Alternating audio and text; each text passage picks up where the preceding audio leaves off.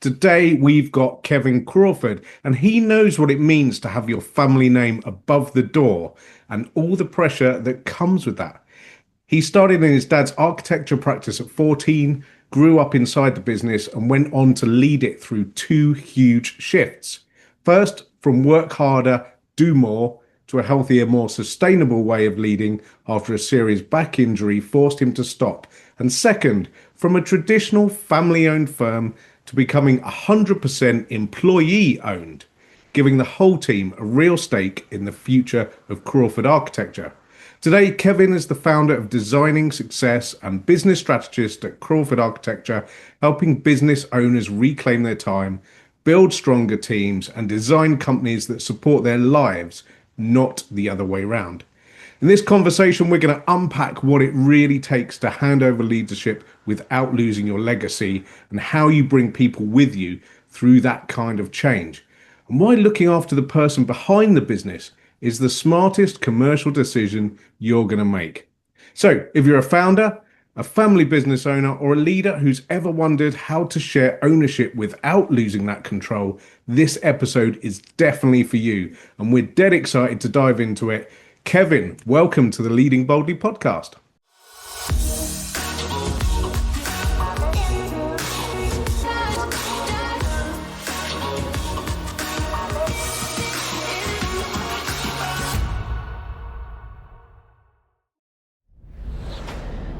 Yeah, thanks very much, Matt. Excited to be on the show. Another Excellent. Scottish accent on the show. We love building up our Scots. Where are you from, Kevin? So northeast of Scotland, a town called Montrose. So we're just between Aberdeen and Dundee, up in the northeast here. I know it well. Excellent. Not many people will be aware that I really interested in this one because I was actually about to start an architecture degree when I left school. I finished A levels and I was heading full on into architecture. It was a real passion of mine, and I got sort of sideswiped by a Saturday job that sort of took me off in another passion and direction. But I was still keen on buildings and architecture, and I'm really excited to dive into my actual passion of business and entrepreneurship alongside an older passion of mine, architecture. So really looking forward to this one. But I know Jenny always likes to start by diving into the past. So over to you, Jenny. So, Kevin, tell us about childhood. What was it like? How did you find school? Was it something that you loved? Did you hate it? Where were you when you were growing up? Yeah, it's actually nice to reflect back on that because now when I speak, it's normally going back to 14 years of age when I started in the architectural practice. So it's quite nice to touch even further. So yeah, all good. All good memories growing up, and probably football dominated at the time, and just try to do what I do with my kids now, and just be outside, and just the simple stuff in life. It's a busy, noisy world nowadays, isn't it? So trying to, I think, just get the kids back to basics is probably what I did as well. So, who's your team up there? Local team, Montrose. Well, I was always stuck between the Rangers Celtic battle in Glasgow, and I don't even like football. So yeah, football I know is a real passion in Scotland too. So what kind of subjects did you like? At school, obviously PE, but yeah, graphic design probably. Whether I was starting to be swayed by my dad at that stage because he had the architectural practice at the time, but yeah, probably PE was the main go-to at the time. Geography, quite like geography. Maybe sometimes comes in handy in the odd quiz these days, but yeah. And were you a good student, or did you try and sneak off every now and then? Nah, I think it was pretty good, pretty dedicated. Yeah, I think I always try to do things to the best of my ability. So yeah, no, pretty good It was a student. good experience for you. Yeah. Yeah, So enjoyed it. tell us about those sort of first steps, because around about age 14, most boys are, of our generation is kind of, diving into a paper round. but you were diving straight into business. Tell us about that. Yeah, when you look back, probably didn't appreciate it at the time, having first-hand access to a business, a practice that was going to end up being, a massive part of my life.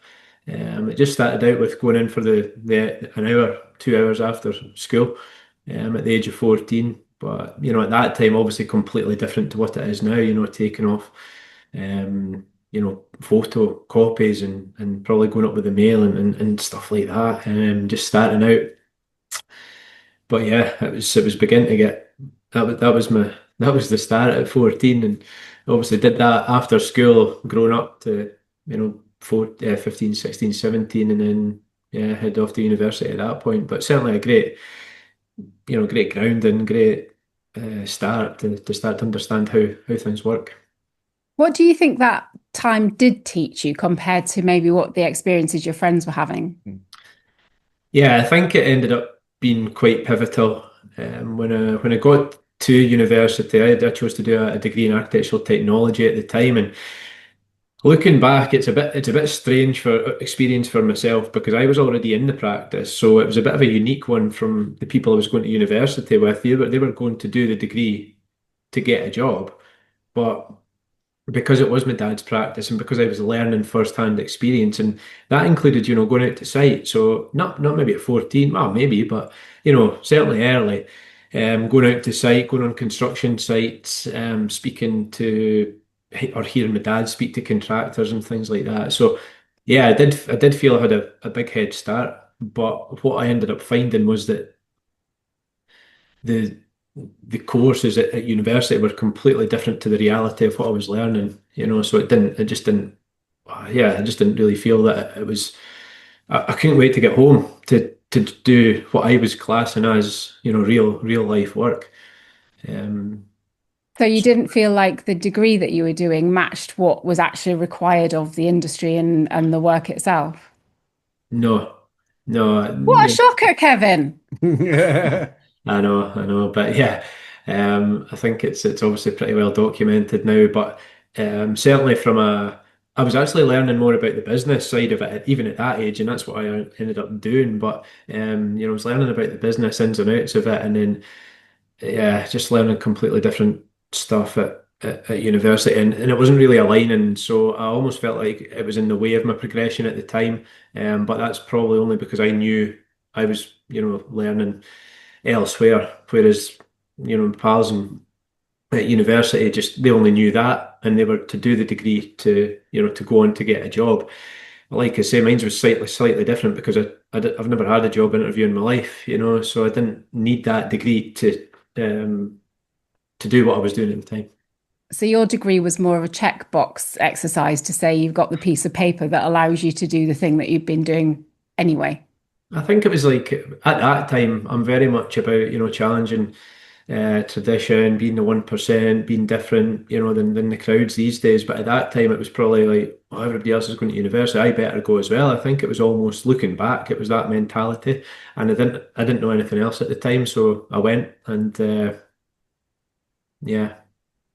Yeah, I mean that's how I ended up in university too. It's just what everybody did. And I also think the Scottish system in some ways is a bit different to England in that you stay at school right until you're 18. There isn't really option of college or like different things so much, or you leave and you go and get a job. So there's two kind Yeah. of Scotland's a lot more direct and streamlined, I felt, with less options, which isn't a good or a bad thing. It's just different. And part of that was you either go and get a job or you go to university. There Yeah. wasn't a lot of deviation from that, I feel. No, you're probably, correct. And I think it's still sometimes the traditional path that people. I had a chat with somebody the other day, and it was clearly not trying to put them off going to university, but it was also to say that it's not the only way.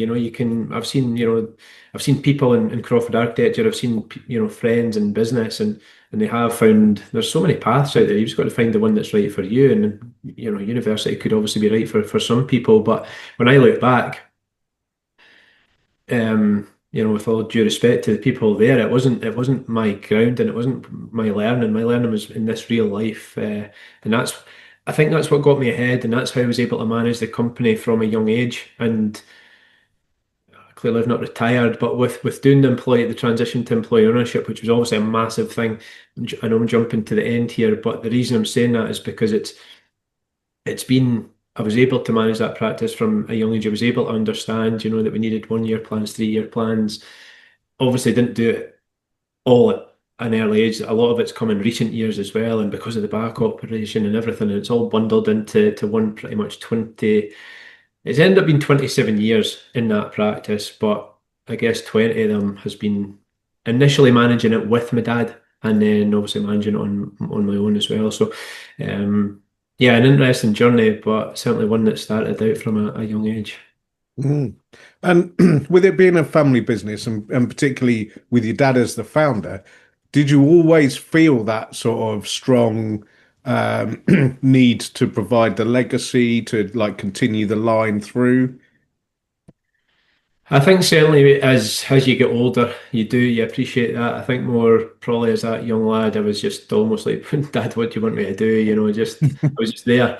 There was obviously no vision, no strategies, anything like that. But the more I think as the years went on, and you're obviously in transition in the world as well. It's clearly not what it was like back then.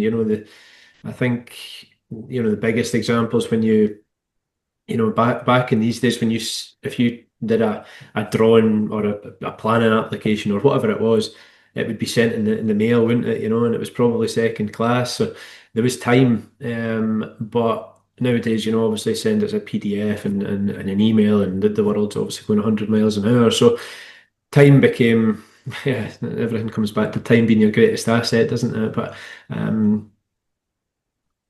yeah, I think.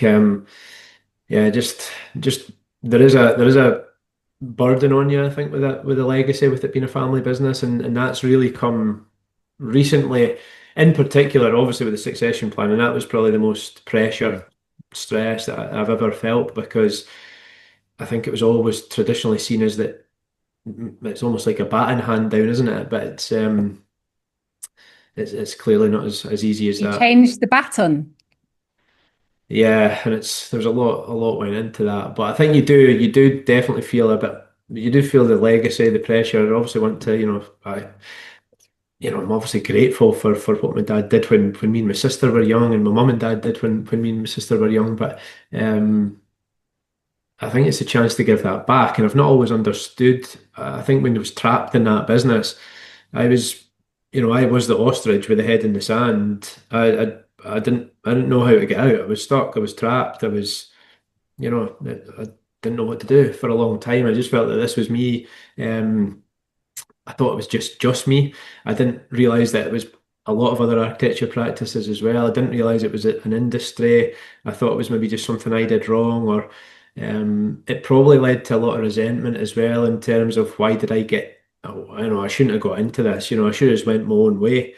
And clearly that's not, my dad's fault. It was a great thing that my dad did, giving me as, parents will do for their children, giving me the opportunity to come into that business. And like I say, I will always be grateful for that. But I think the pressure then came for me to give my mum and dad something back as well, and if you do that year on year, you're just hoping for a good year, but you're working 24/7 and you can't keep doing that. And I knew something was going to give at some point. But with the whole succession plan, and that's really been probably the start of, more alignment and understanding that the world's changing, doing the events that I'm doing, and my mum's enjoying listening to the podcast and stuff like that and giving me feedback. So yeah, I think it's got to a good place, but whether it's a family business or just your own practice, you can definitely be trapped and stuck in there, and it's a lonely place at times. It's a horrible feeling. So many people over the years, the perception is, oh, you own an architecture practice, that must be amazing. And how do you start telling them? I think you just said, yeah, it's great. Uh, Yeah. What that would was you have done if you hadn't done that? So if you'd gone down your own path, as you said, what would you have chosen, do you think?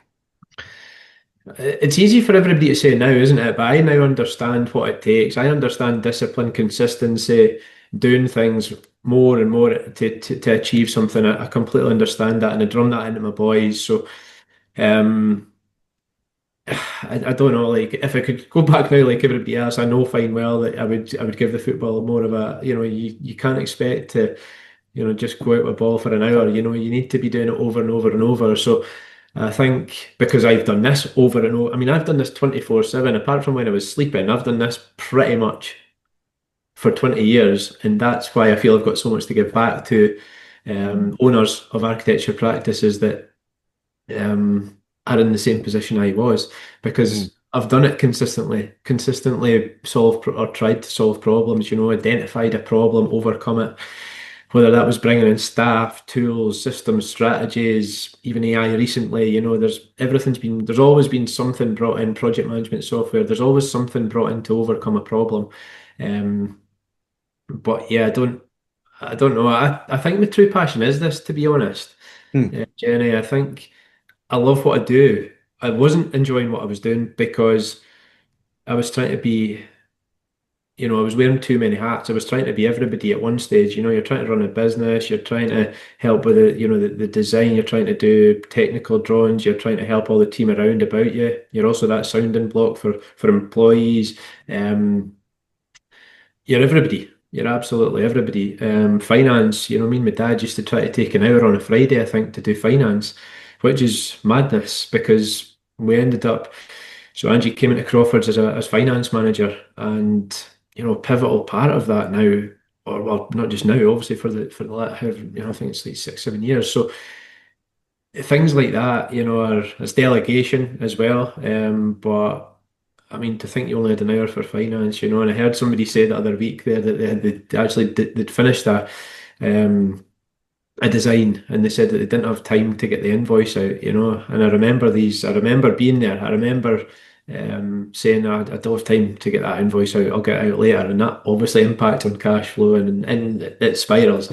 Yeah. So yeah, it's a line that I always remember is I don't have time to put an invoice out. But I think it And you probably do would. have a gripe, don't you, about architectures and the training around architects and being in that industry. So tell us about your gripe.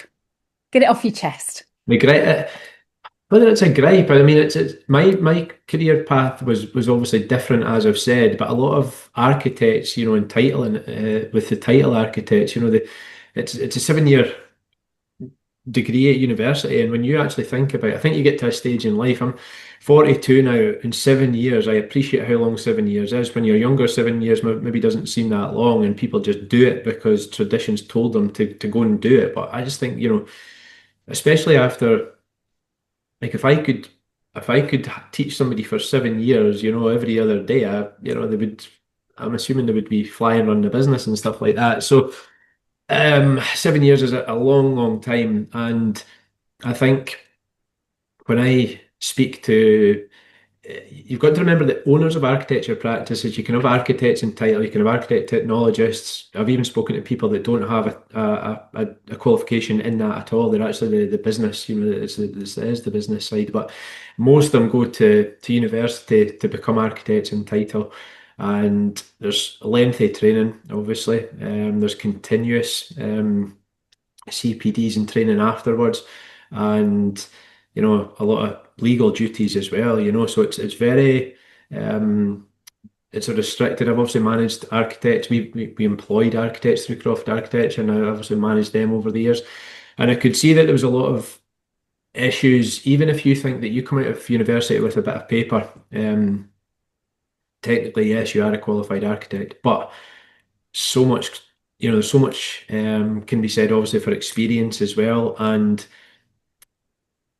you're even still in a position where we couldn't just send somebody who'd just come out of university with a bit of paper. Technically, they could sign that, but you had to lean on this experience, of my dad, myself, the contractors on site who'd been doing it for a long, long time. And you just can't come out of university with a bit of paper and expect to A, be able to run a business, B, go out to site and just know how the real world works and keep, contractors with experience right. And it just Yeah, it doesn't work. It eventually works, obviously, once the architects get the right experience, clearly. But there's a period in there which is difficult.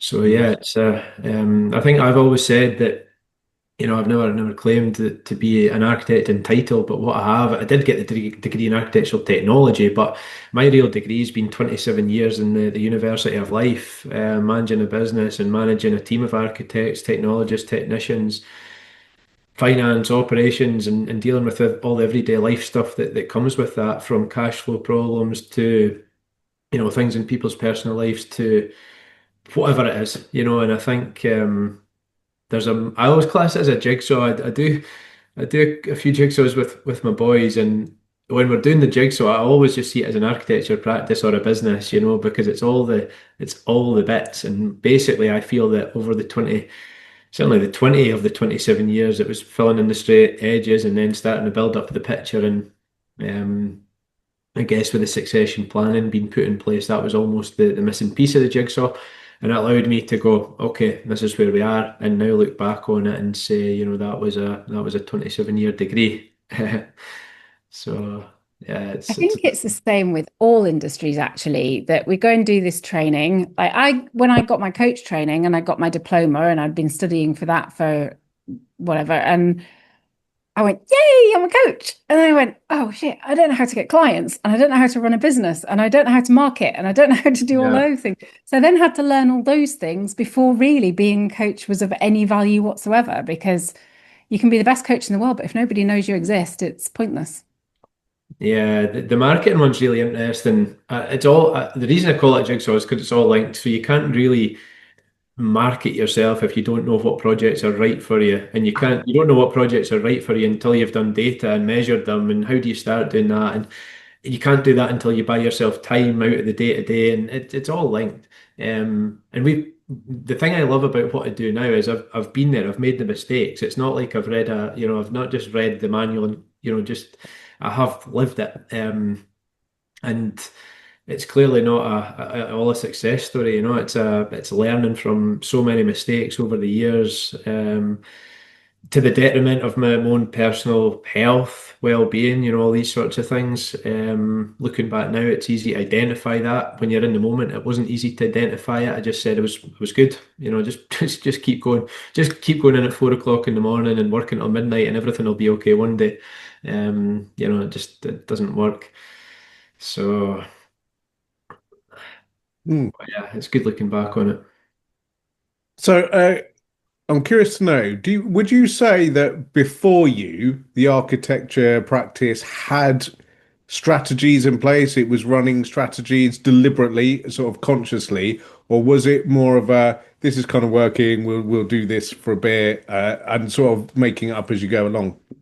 Yeah, pretty much. I think that's why I'm doing what I'm doing, because I know there's like so many people that are just making it up as they go along, and I know we'll probably come to frameworks and things, but I've spent a lot of time putting everything into that framework so that it works. But had a so I've got an event on Friday. My dad's coming along to it, and I was asking my dad about what was his biggest challenges at that time, because I've not actually had this conversation with him, and it's really interesting because a lot of them are the same problems. There was he's trying to he's trying to design, do technical drawings, probably on the board at one time that obviously took a lot of time, on the drawing board, but he's also expected to manage a business and people and finance, and so it's the same sort of stuff, just in a different era or generation. But no, looking back, there wasn't really many. I think the this my earliest memory of anything like a system, a strategy, was understanding the monthly invoice target. That is probably my earliest memory of what, yeah, I think probably that one.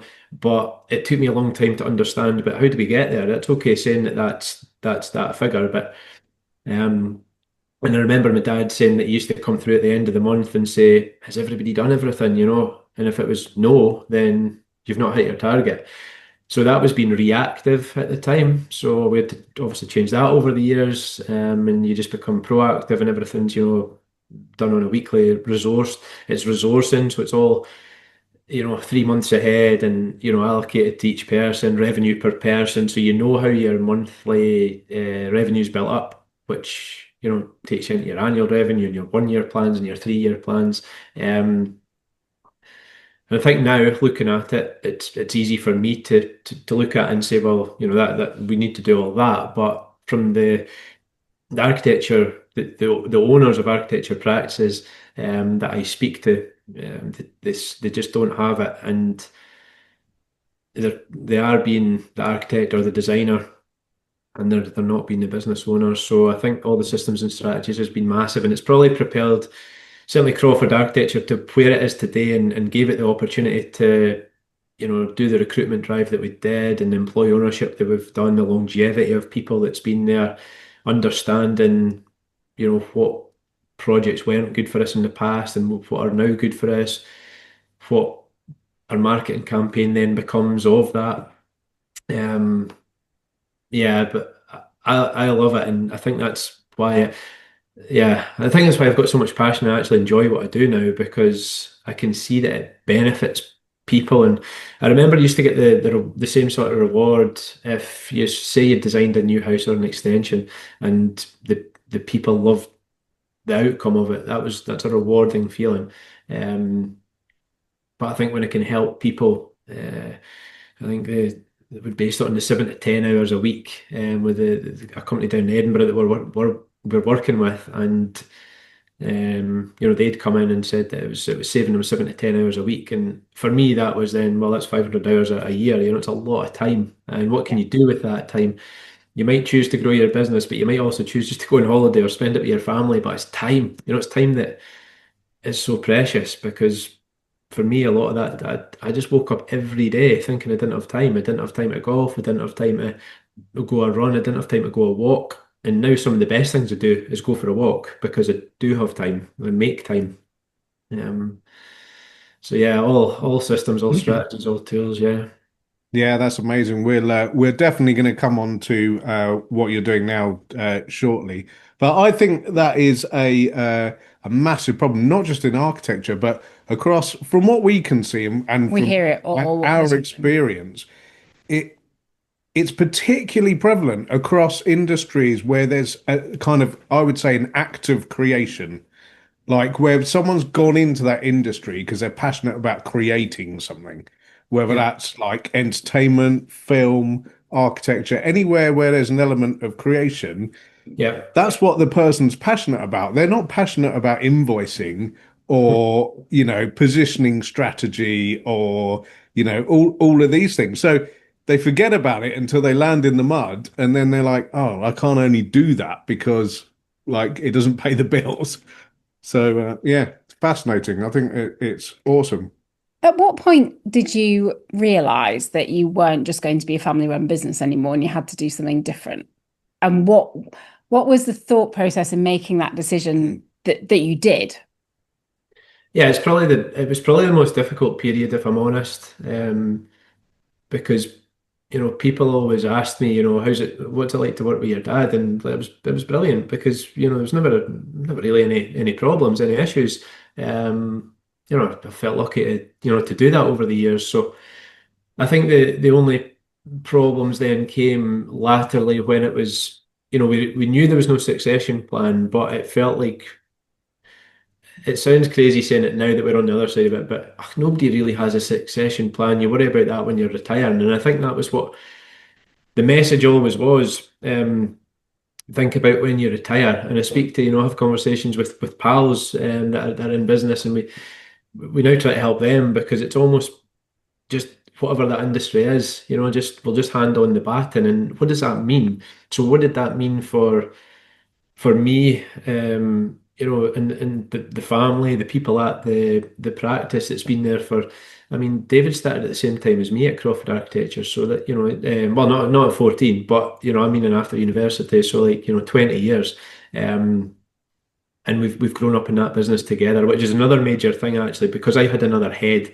A lot of people haven't had that I speak to have started a practice on their own, and they're really alone. I've had David and my dad over time, to bounce ideas off of, which has been um, massive, and I do speak about that quite a lot now as well. Um, Remind me where we were just before that one.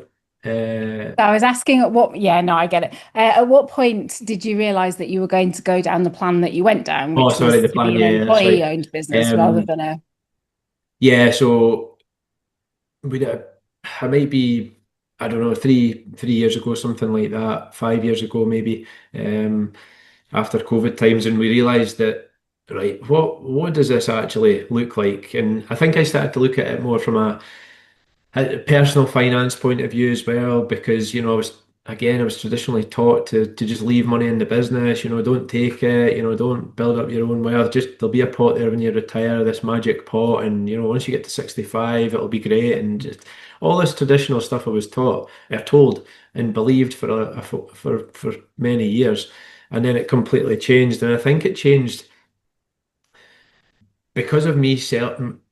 I think it was me investing in myself. So I think it was time and money investing in myself, my own self-development, my own research, knowledge that, okay, there's a few opinions out there, but what really works for us, and how are we going to solve this? Because you see people, buying and selling businesses, and I started to learn about it. So I started to look at mentors, and I started with, different levels of mentors, and to now where I am today, and getting the people around, the right people around about me to guide me, just to be the best.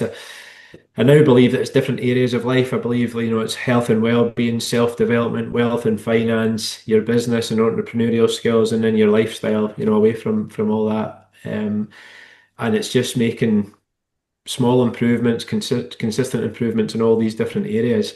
Um, Over time. But that was, we were in a situation where it wasn't going anywhere. My dad was then 71 or 70 at the time, I think, still in the business, and we didn't really know what was happening. You know, my my aim was, clearly not to get my dad out of the business, because I loved working with him over the years, but there has to come a time where he needed to appreciate my situation. And what ended up happening was that we were just going along, and my dad was going into the office, and then, maybe try to catch up with what's been happening.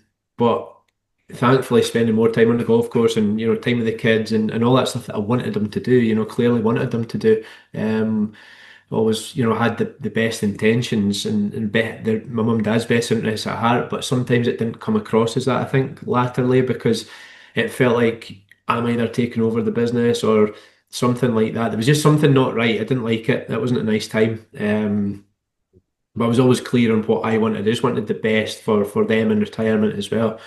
And the only real option open to us at the time was that, well, we looked at shares options for David at the time in the company, and then it didn't really work out. We looked at, so what is the options? Do I go and buy my dad's shares of the company?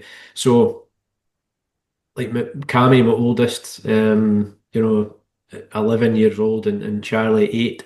I looked at my boys and I thought, if I spend the next 5, 6, 7 years buying my dad's share from him, then they're fine, because that's what they would be doing anyway. They would be, getting the money, but the money's coming from me. But then I felt that my boys were going to get to an age where they're going to turn around, whatever, 16, 17, and I say to them, oh, boys, I own 100% of this architecture practice, and they're just going to be like, well, who cares? And in all honesty, so did I still want to work 4 a.m. till midnight, waking up, thinking about it, all on my shoulders, during my kids' childhood? And I simply didn't, and I wasn't prepared to do it. So, what was the best option? Was it that we brought in a couple of the longer serving team members, and went a bit more of a joint effort, or did we do like joint ventures with other companies? Did we merge with other architecture practices? There was a lot of talks with that, with several different practices. But yeah, long story short, we after a lot of research. Now, bear in mind, I went and spoke to, people that had done it. Um, uh, from Dr. Ken Shuttleworth down in London at Make Architects, going for a coffee and learning. He started that company, Make Architects, employee owned, which I found really interesting, established as employee ownership, through to companies throughout the UK that had gone employee owned, and we felt that because of the longevity of the team at Crawford's, they deserved the opportunity. It helped. It also secured my mum and dad in retirement, and it's it has been monumental to myself on a personal level, in that it's the first time in my life I've felt freedom, time. When I say I choose what I do every day, I don't mean that I just go and play golf and stuff, but I'm not, my day's not shaped by other people. I do my two, three, I think it's a massive thing, two, three tasks per day. Don't have a to-do list of, 43 things, because, you still go to your bed thinking that you've not done anything.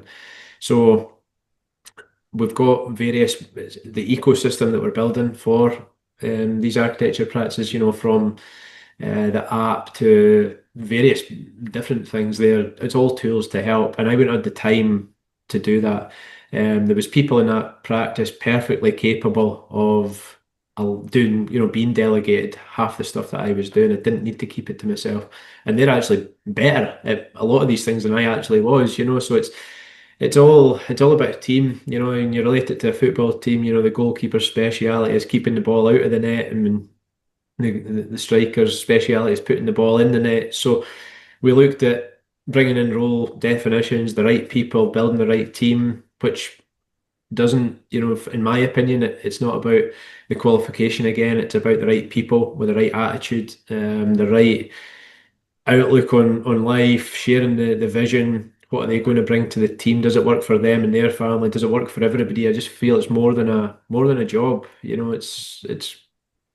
It was just getting the right people. So, yeah, we managed to do that earlier this year, and it Going feels, well. yeah, I think when you do something like this, it's not everybody's going to understand it overnight. So I still got a big role to play there in education and how it works. But there's certainly a good few of them, stepped up and speaking about our company now, as opposed to working for Kev and John or something like that. So and they deserve it. David, that 20 years deserves to be a real part of that company and make it feel like, feels like his own company. He's been there that long anyway. So I think it's right. I guess the modern approach is that I always remember my dad said the advice my dad got was, you can't bring anybody else into a family business. And when I look back now, it was just so restrictive. It was traditional restrictive advice that just doesn't get you any, well, in our situation, wasn't getting us anywhere. It basically just put all the pressure in the world on me. And like I say, your health and well-being takes a hit for that, and you're frustrated. You're a frustrated person. I just had aspirations to do everything, and you just couldn't. You just frustrated every day. Woke up frustrated, went to bed frustrated, angry, resentful at times, stressed, just Yeah, firefight. it is fascinating, isn't it? Because like we are brought up with this traditional model, and particularly around equity, like don't give any away, like keep all the equity you Yeah, can. But if you look at like the top 10 billionaires in the world, they've traded the majority of their equity, Jeff Bezos at Amazon, like all of the top billionaires, they've traded away most of their business equity in return for time and financial freedom. yeah, All of them. So it's really fascinating. I yeah. don't think we've ever had an employee-owned model on the show before. So we just give the viewers and listeners just a bit of a rundown of exactly what that means and how you went about it. Yeah, sure. So how we went about it was obviously that plan of how we do the succession, but the main thing behind it is that you can we chose to go 100% employee owned. There was a lot of debate about that, whether we held back 20% what we did. And people will have their own reasons for doing that. 51% is the threshold. But I think me and my dad's outlook was, if we're doing this, we want to be fully committed to the team being part of this. And if we said you're only 51, it still felt like we were owning it. And there's a shift in culture there, because we are wanting everybody to step up and go and make the most of their careers, wherever that takes, the practice. But to do that, we needed to not let go, because you're still there to guide, as well. And obviously, I learn from my mentors. The team learns from me. It seems to work. But the employee ownership, there's the trust. So our shares, 100% shares are owned by the trust, and there's a trust board. So you've got the exiting shareholders, you've got an employee representative and an external member, who was carefully selected to come on that board. And what that did was something that the practice had never had before either. We had somebody with a financial background coming into the board meetings, and all of a sudden, it's not just me leading the business. You've got another business head in there, another financial head, which just strengthens again. So no, there wasn't anybody. The model allowed, people not to depart with equity. They didn't have to, come up with money up front. It's not like a sale, so it's done over time, and it's paid out through the profits of the company. And the whole profit share scheme, we thought, was reward for, the right people and hard work. I went through too many years where people just looked for wage rises, and they were prepared to, probably over the years, it's not, I've had the same employee stories as probably most companies over the years, and you never know what's going to how things turn out. But people asking for wage rises, but not actually understanding that this is my livelihood, this is my family's livelihood. I'm sacrificing night and day here, giving like everything to the cause, to, in times where cash flow is poor, be the one who didn't get paid because you had to pay everybody else. And I've got somebody asking for a wage rise. The problem back then is that we didn't share the vision with anybody else. Okay, so the only reason they asked for a wage rise is because they didn't have a clue how the company ran. They thought that because we ran a business, we had a magic pot of money and they were entitled to more of it. And I love that share now, because not just because we were employee owned, our culture before we were employee owned tried to let. So I tell the employees, I tell the team there, what it takes to run a business. Doing exercises. Do you know roughly what the overheads are of this company? Do you know how much the photocopier costs to run a month? Do you know what? Do you even know what your corporation tax is and things? Because without knowing that, they just see a figure of maybe an invoice going out, and I mean that invoice could obviously be thousands of pounds, and it looks like the business is just bringing loads of money in, and they're not getting a share of it. So it changes that mentality, and the profit shares doesn't happen overnight, and we've been very clear about that. Like everything, nothing happens overnight, so it will take time. But the main goal is to get in a position where you can distribute the profits as a share, and everybody's working towards the same goals. And yeah, going back to that football team, the manager puts a team out in the park to do whatever the manager wants them to do. He doesn't just tell one person to do it; he tells the team to do it. So I'm a big believer in that vision, the shared vision. I think that's helped And immensely. did anybody not get involved with it? No, everybody got involved. Yeah, I think. Yeah, I might be wrong with this. We didn't we spoke to the obviously we spoke to the team, and said we were thinking about doing this. And um it, it's probably a difficult one, right? Because I know how much learning went into understanding a succession plan, and then what you're doing is trying to ask them if they want to. How can you say yes or no if you don't really know what you're getting involved in? So I think maybe a few puzzled faces, and then it was up to us how we educated them on what we were trying to do. But I don't think people opt out. No, I think if you, yeah, I'm not sure because that's a different model, but ours was certainly 100% employee owned and everybody was involved in that. Hmm. So So in all of this, in your story, you had quite a bad injury. What point in this whole your whole life was this, and how did it impact things and the way you thought about everything? yeah, so the back injury, I put it down now to just that, over time neglect, constant neglect, sitting in a chair, no posture, not thinking about lumbar supports, not, probably going for the cheapest chair. I'll just get a cheap chair, it doesn't matter. I'll just sit in this chair, no idea about the height of my screens, no idea about water intake, no idea about the food I should be eating, the exercise I should be doing, just invincible, absolutely invincible. And all I could see was just work as many hours, just sit in that chair as long as you possibly can and firefight for as long as you can, and the outcome will be good. That was the sum, and it clearly didn't turn out right. So the back was the, this change has probably been forced on me. So I feel in a position now that if I'd not had that, I don't know if we'd be in a position we are today. It was a lot to go through. I wish I'd not had to go through that to get here. But I do say that to others now. Don't let yourself go through all that.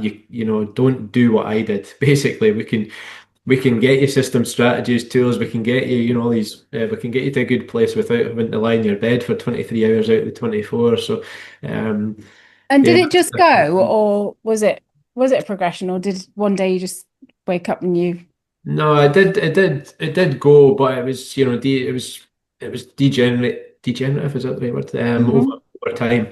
So yeah, it was just that neglect over time, and then the disc ended up going on to the sciatic nerve, and yeah, it wasn't nice. So long story short, it was a back operation, and then yeah, again, it's what you're told. You'll be okay in 10 weeks. Stand up, sit down, lie down, go to the gym. Don't go to the gym. It's again, you need to work out who the take advice from the people that have got results that you want, I think is an important message. So a lot of research again into nutrition, diet, exercise, everything, and now being guided by the right people again, even on the physical side. So, but yeah, that did stop me. It stopped me in my tracks. Couldn't do anything. Couldn't, obviously I coached my boys' football teams. Couldn't do that. Couldn't do anything. So missed out on my dad's 70th birthday in Fuerteventura with the family. Missed out on that, and you do lie there thinking, what was that? That wasn't worth it. 20 years of that firefighting, cash flow worries, everything like for this. It wasn't worth it.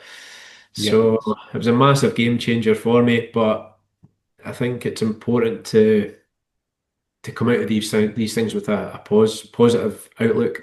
I was determined to make the most of it, and it's time that I wouldn't have had, and time that I was able to look into data and everything that wasn't right, and just take it to another new level and develop the framework that I've got today. So would I had time to develop a framework? Probably not. You So wouldn't have taken it. I wouldn't have done it. I wouldn't have been where a lot of practices are because we've done this for quite a number of years now. But the level I mean that is like what the actual framework to put it all down and writing, to have a shared vision, to have a succession plan, to have an app, to have all these sorts of things in place. There's no way that would all happen simply because of time. Like I say, I didn't have time, and then all of a sudden I did have time, which is definitely your greatest asset. And what you do with that time is amazing. It's interesting because you're our second interviewee whose back has taken them out of the game. We had Robert Riopal on at the beginning of series one, who his back took him out for about 3 years, didn't it? Yeah. Unlike you, working, working, working, working. Something he was really passionate about, but his whole body just collapsed. But Yeah. several of our interviewees have had physical things that have just kind of been Well, that catalyst to change their whole lives. yeah. And I think if you do physical or mental, everyone we've interviewed, Yeah. and including ourselves, at some point, we've overworked, we've grinded too hard, we've hustled too hard, and Yeah. our body in some way has been delivering these little whisper messages which we've ignored until the body goes, no, you're not ignoring this anymore. Here you go. Yeah. I Yeah. had it No, with general life, not work. My thyroid packed up, and that was my kind of, and it was 11, 12 years ago now, but that was my, you have to change something in life. You can't carry on doing what you're doing. Um, we've all had these big crashes in various realms, and we keep going, we keep going, we keep going, and then our bodies go, no, yeah, sorry. it definitely comes at that time. It's it's how you react to that, isn't it? Yeah, It's how you react 100%. to whatever. Response is everything. Yeah, Hmm. yeah. So you took time out, developed some frameworks, had a lot of thinking time. So what does that look like? What are the frameworks and what are you doing with them? So it probably started out with project management software, to be honest, because we went from like, shouting across an office or post-its or, stuff like that to develop or to looking at project management systems.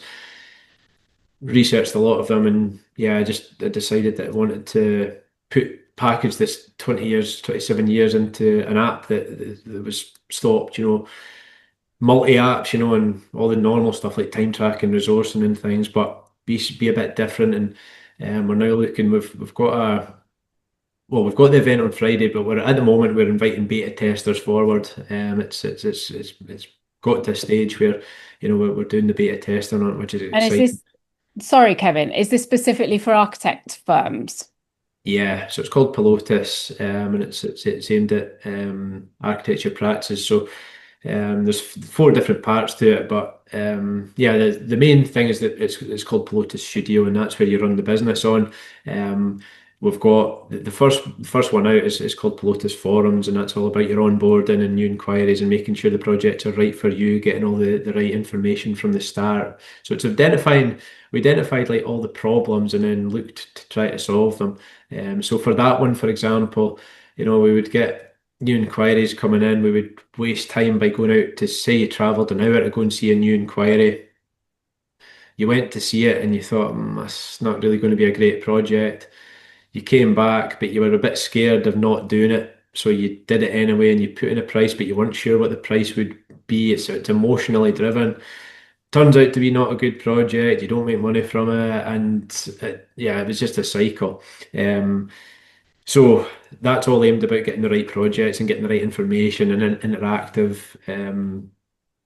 piece of it. But then there's a contractor app and a client app and an employee app as well. So basically, what we're trying to do is bring contractors, the architects, the contractors, and the clients together. In this triangle through communication. And it's been a lot of work it's been a lot of work, a lot of investment drives and things like that there, which was another interesting one. That was kind of I guess, the Dragon's Den learning curve there as well. But we were lucky to have investment for it, and yeah, we're in the position now to invite forward the beta testers, and hopefully, again, it's just really is just aimed at streamlining people's business, making it a bit easier for them. Um, so yeah, If that's um, if there's leaders of an architecture firm sat watching this now, what would you like them to do if they're interested in doing the beta test?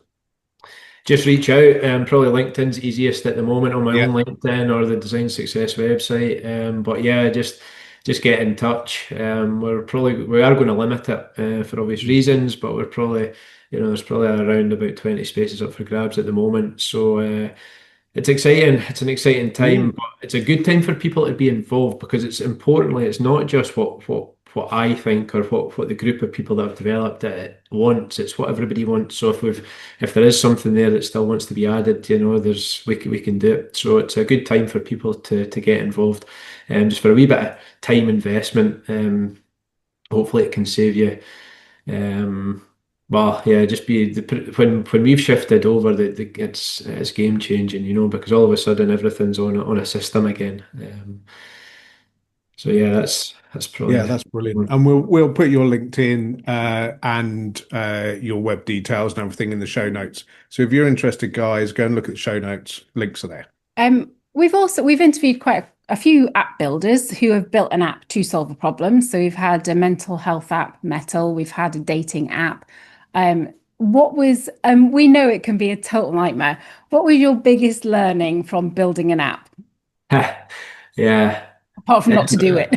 Yeah, don't do it. No, it'll be worth it in the end, but it's yeah, again, totally underestimated the challenge. I think, I started out with when we were using the generic project management, it was always just workarounds. It wasn't quite doing what we wanted it to do. Although it made a massive difference to the business and how it was run. We just wanted to go that one step further. But yeah, the big challenges were understanding how much it cost when I didn't have a clue. I really didn't have a clue, and the period of time where the software developers are developing the background and you've got nothing to see or nothing to show. So I've got a team looking, well, myself, but my team, investors, everybody asking how it's coming along, and you've no idea really because it's all the back end things for a long time, and then you start seeing it, but obviously, changing it and things and just getting it to where we want to get to. So yeah, I just don't underestimate what's involved in terms of, again, I wouldn't have time, I wouldn't have time to do this. So again, it comes back a lot of time investment, and financial investment as well. So yeah. 20 years ago plus, when I was working in corporate with my dad. So I worked with my dad for 12 years. It wasn't his company, but he was a director there. And it wasn't an app because apps weren't around then, but it was a system. And we were putting all of our manual systems into we DOS systems, all the old stuff, the stuff that chunters off and it's green and black and glorious. We built a word-based system, so that was quite hot back then. And when we started it, they were like, "Yeah, we've got these two developers in. It's going to take 6 weeks. Blah blah blah. Can you come and work as the middleman?" So I was the middleman on the project. It took 4 years, Yeah. three developing teams. It was Yeah. it was hilarious because it was just, oh yeah, it'll be done in 6 weeks with these two developers, and all of a sudden they're going, well, no, we kind of want it to make a cup of tea as well and like add sugar. Yeah, you're always adding to it. And all of a sudden you're like, and that was 20 years ago.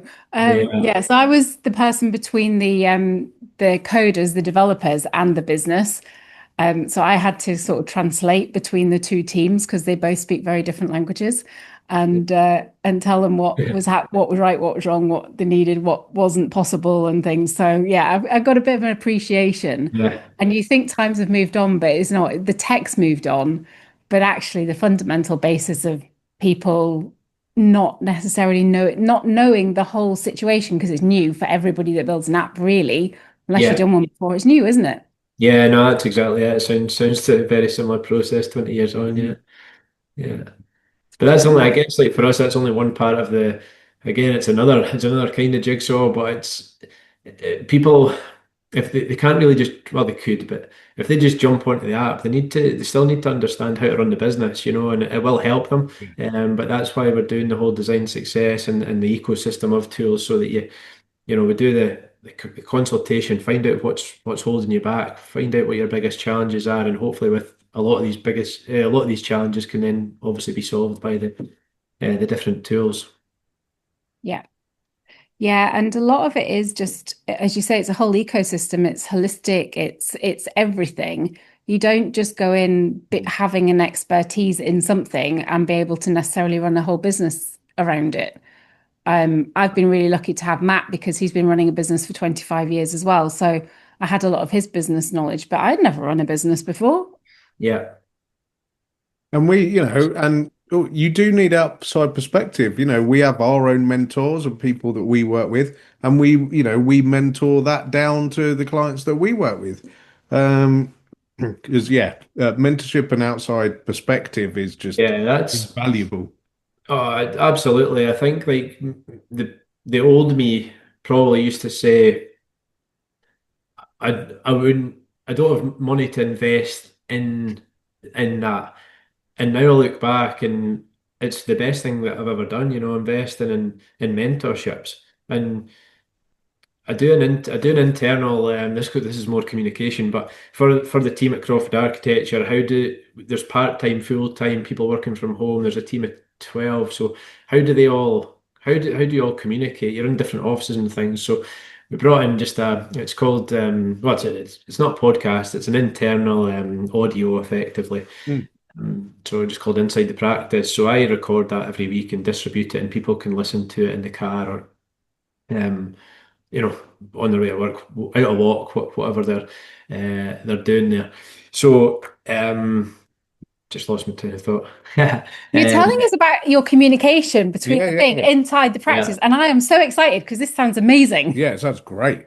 yeah. So the communication, I was on something else before that, but the communication aspect has really improved because of that. It's another challenge that was overcome, but. Uh, I had people saying, "Oh, I didn't hear about that," or I didn't know about that. So it's just gives everybody the opportunity to listen and know exactly what's going on in the I business. bloody love it. Yeah, So that was probably quite a big one. I quite enjoy doing it as well, but it's good because it keeps, especially when my brain goes 24/7 in a good way nowadays. But yeah, you're always thinking about ideas and things. So to keep people up to speed and in the loop, it's quite a good way of doing it. I think that's amazing. yeah, Yeah, Um, great. yeah. it's not- So you're not just working in your architecture business now, you're reaching out to other places and you're imparting your wisdom and knowledge for them. So what's the next plan for you? yeah, so the next plan is to yeah, webinars, events, retreats, all this sort of stuff. It's all good and exciting, but it's really just to build up a small community of people that are like-minded. We don't want to obviously work with everybody. We want to work with people who see genuine value, and it's a bit like going back to the mentorship thing. It's a bit like that. I want to be the advice that I've had off my mentors. Then I want to be giving the same value to people. I generally meet with my mentors and come away energized. Um, can see that they've had the results and I just learn from them, and the people can learn from me. So it's building up the community. I think the architecture industry, another problem with it is the lack of collaboration. So I think certainly the practices that I speak to and the practices that I've spoken to through the research for the app is that people are, they do start this business themselves and they might have teams, it might be themselves or they might have small teams or whatever size of team they have, but they just feel trapped and alone and there's no collaboration. So we have started the community and we're not just obviously adding, there'll be a sort of consultation process and interview, not an interview is maybe not the right word, but you know what I mean, a Yeah, you've got to apply uh, and have a to chat apply and for work it. out if it's right. But it's a powerful place because sometimes it might just be a question that comes up and that, somebody saying, "Oh, have you ever come across this before?" And yeah, the power of collaboration, you're able to solve it. Whereas before they might have been either just trying to solve it themselves or Googling something or, and you've got so much noise out there. So yeah, it's effectively becoming valuable for the right people, and then really delving deep. I don't want to help loads of people a little bit. I want to help a small number of people massively. That's probably where the head is. We want to obviously get the app up and running, really helping people as well. And but more importantly, I just want to maintain a level of freedom so that I can choose what I feel is my biggest impactful task that I can do every day, and do the best for the boys and give them the best opportunity they can when they come to careers as well. So Yeah, because they may or may not want to do that. What happens if they say they want to be architects? What are you going to say? I told them to stick in at their football already. So, Much more fun to that come watch. What does that do for you? yeah, I had a question that I wanted to ask that's not on our list. Do you watch Grand Designs?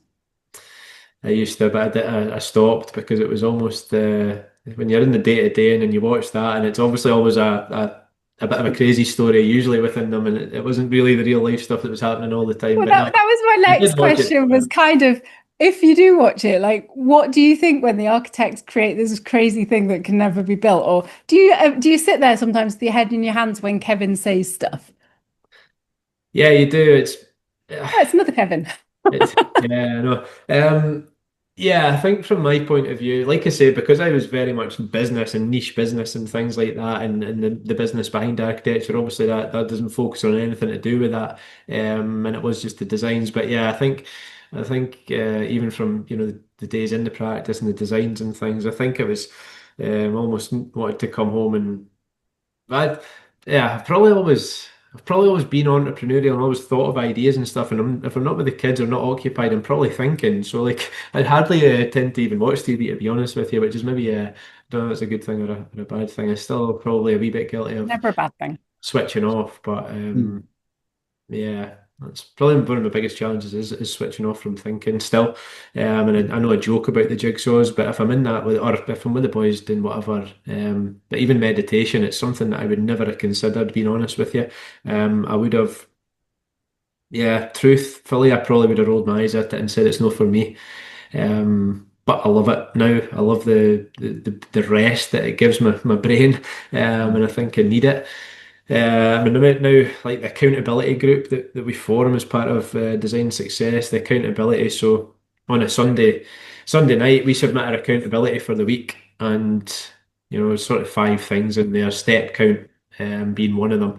And I added meditation in to try to make me accountable when I submit it on a Sunday. That if I don't do it all week, and I said I'm going to do it, so accountability is huge, and I do that with my mentors as well. Accountable every day on the fitness side. Um, but yeah, I just love all that accountability and mentorship. There's two massive ones just in this bit of the conversation. But for everybody out there, just invest regardless of what business you're in. You need to invest in yourself and your own health and well-being, your own self-development, your own wealth and finance. There's all these different areas, and we obviously stay in lane. I don't proclaim to know everything about all these, but we then, there's people that we can bring into, in the speciality areas, which is good. Hmm. Yeah, yeah. I can't remember who said it, but the famous quote that I love is your business can only grow to the extent that you do. So, if you want your business to grow, you're going to have to invest in yourself too. So I think Yeah. that's a really important message, Kevin. Thanks. Um, for families and family businesses listening who are sort of stuck in the everyday, what are better conversations they should be having around the family kitchen table? Yeah, I think it's never too early to look, ahead. I know there's a lot of people in the same position, and I'm thankful that it's worked out. But it's for me, my family, but my mum and dad. There's immense pressure there. It's not just like a boss that somebody didn't like or something like that. It's life. It's the biggest thing going. So I think just it needs to whether you can just say have conversations, because it's not probably as easy as just having a conversation, because when me and my dad had a conversation, neither of the two of us knew what we were trying to do, so it's, it didn't really work anyway. So I think what my message would be is start research and start looking into it. Now I think if I ever started a business with my boys, I would have a plan from day one now. And that would be, because it can be really, really problematic. So yeah, never too soon to start speaking about it. Mm, amazing. And I imagine when you first started, when you were 14, the architect practice was going, I would imagine at that point, through a massive technology shift of from drawing boards and tracing paper and all of that across to CAD and computer systems and all that. And you must be now starting to experience a similar thing with the advent of AI and things like that. How obviously lots of architecture firms of that sort of lineage will have been through this huge tech shift in the past. How should they approach the new one? Yeah, it's exactly as you're saying there, Matt. It is that picture, drawing boards to CAD, and now to AI. It's one of these massive ones, and probably ultimately the biggest one that we've seen, because if you compare probably a drawing board to CAD, yes, it maybe increased the speed of things, but you probably still had to understand how to you had to know how to use CAD to be able to make that difference. And interestingly, you need to be able to know how to use AI because too many people say, "Oh yeah, I open Chat GPT," but um,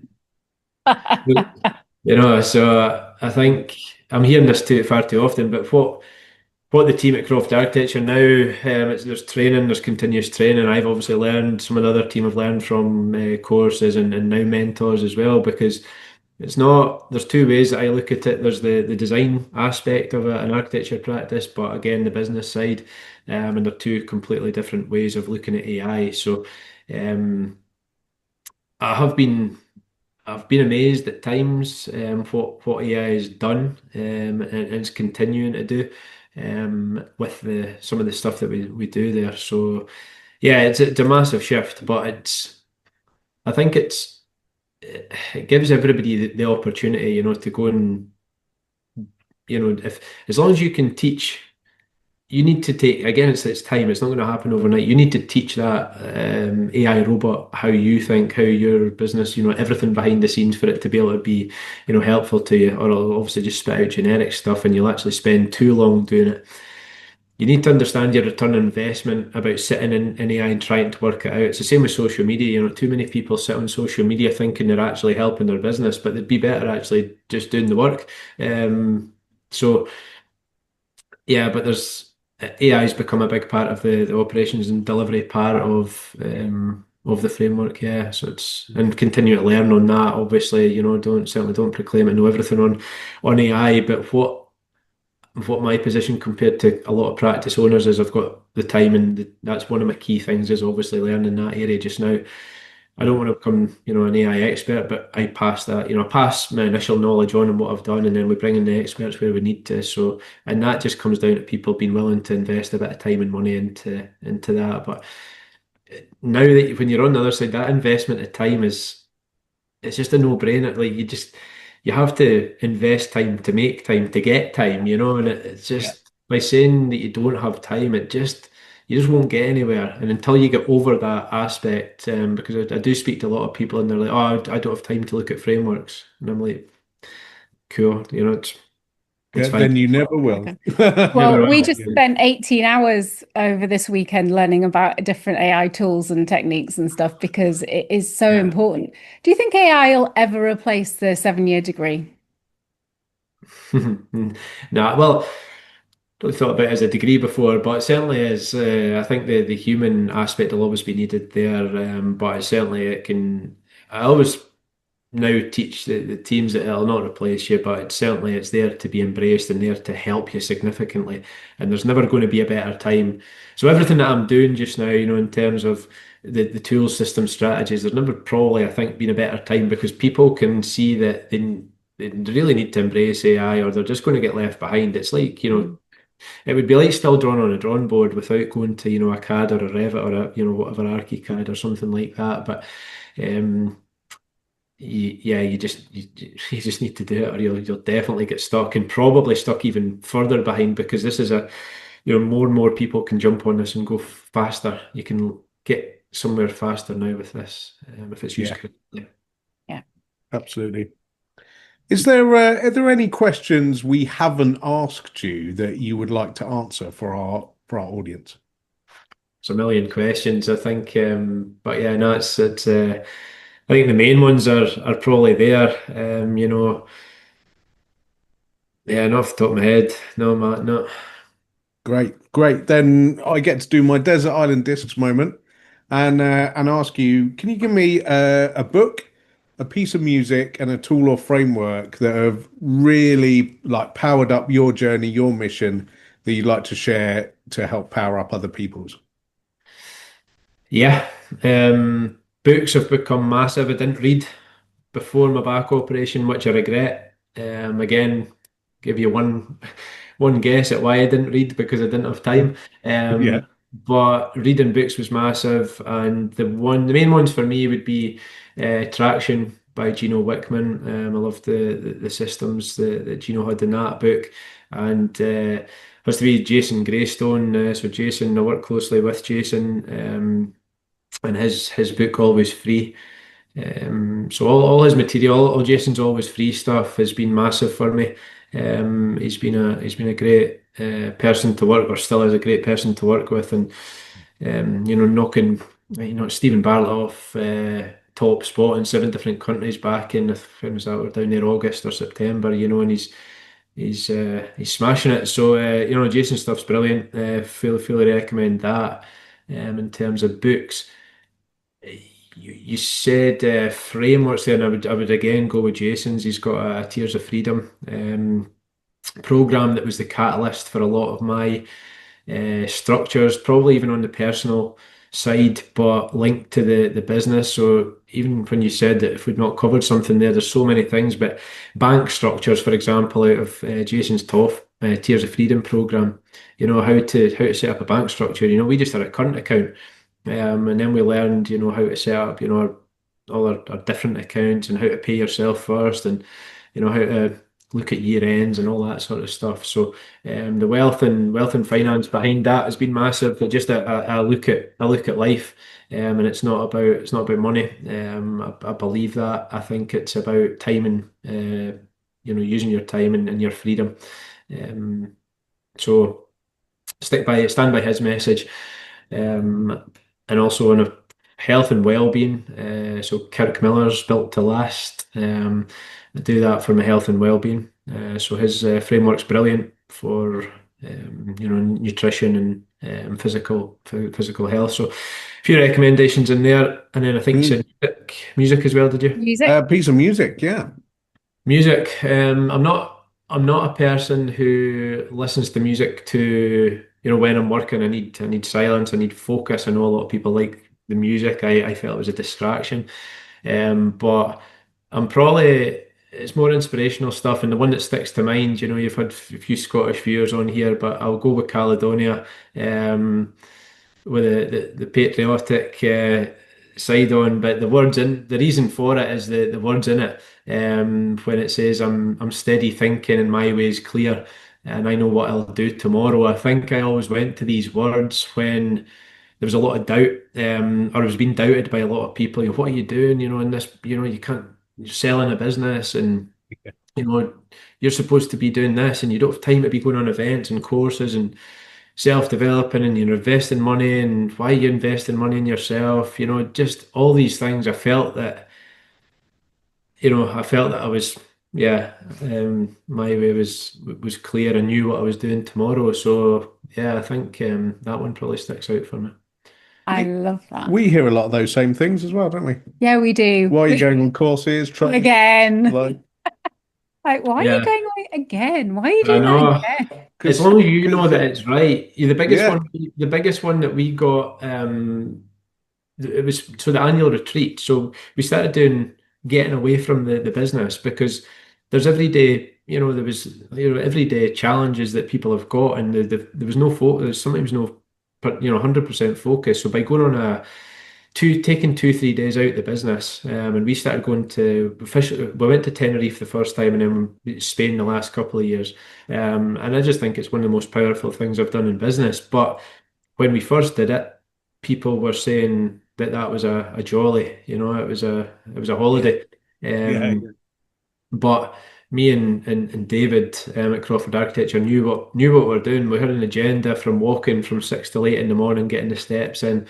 We knew what we were doing for our breakfast, and we knew we had an agenda from 9 till 6. We then knew that we would go for a walk, um, go for a meal, and back. Do that 3 days on the spin, and dive right deep into what the current challenges are, and how we solve it. And it's so powerful. So, but yeah, you probably, when you're doubted, as long as you know that you're doing the right thing, then it probably doesn't matter what some people think. So, yeah, I agree. Yeah, we're running our event in March in the Peak District to get people away from the office, rebuild for next year. I think brilliant. it's a great thing to do. Yeah. Yeah, it's powerful. And one we added on this year that Matt keeps forgetting is, do you have a motivational phrase or saying that kind of gets you up in the morning and keeps you going? Probably that one that I just told you. Um, yeah, that was a song and a phrase, but Yeah. yeah, I think just that, and combine that with, it's not a phrase, but just the words more, like accountability, consistency, discipline. and appreciating where you are on the journey, because I'm not always good at that. I'll sometimes still find myself wanting to jump to the end and realizing that what is the end? There's not an end. You know, every time that you achieve something, you just carry on anyway. So there's no finishing line that you just sit and sip cocktails on a beach for the rest of your life. So I think it's just getting a balanced approach, get to where you want to get to achieve the things you want to achieve, and be clear. Because with with clarity, you need clarity to know where you're going. I love the saying that if you don't, then it's just like getting on a train and you just don't know where you're getting off, and then you see something going by and you choose not to get off, and then you don't, then you eventually get off and you don't even know where you are. So I think having the clear vision is big. Yeah, Yeah, it that's is. amazing. Kevin, thanks so much for joining us today. You've been an amazing guest. You've certainly given us a lot of food for thought, and I'm sure the listeners and viewers are really going to lap this one up. So thank you so much for your time. No, not at Yeah, all. thanks, Thank Kevin. It's you. been awesome. Yeah, no, thanks very much for having me on. Appreciate it. It's been good to chat.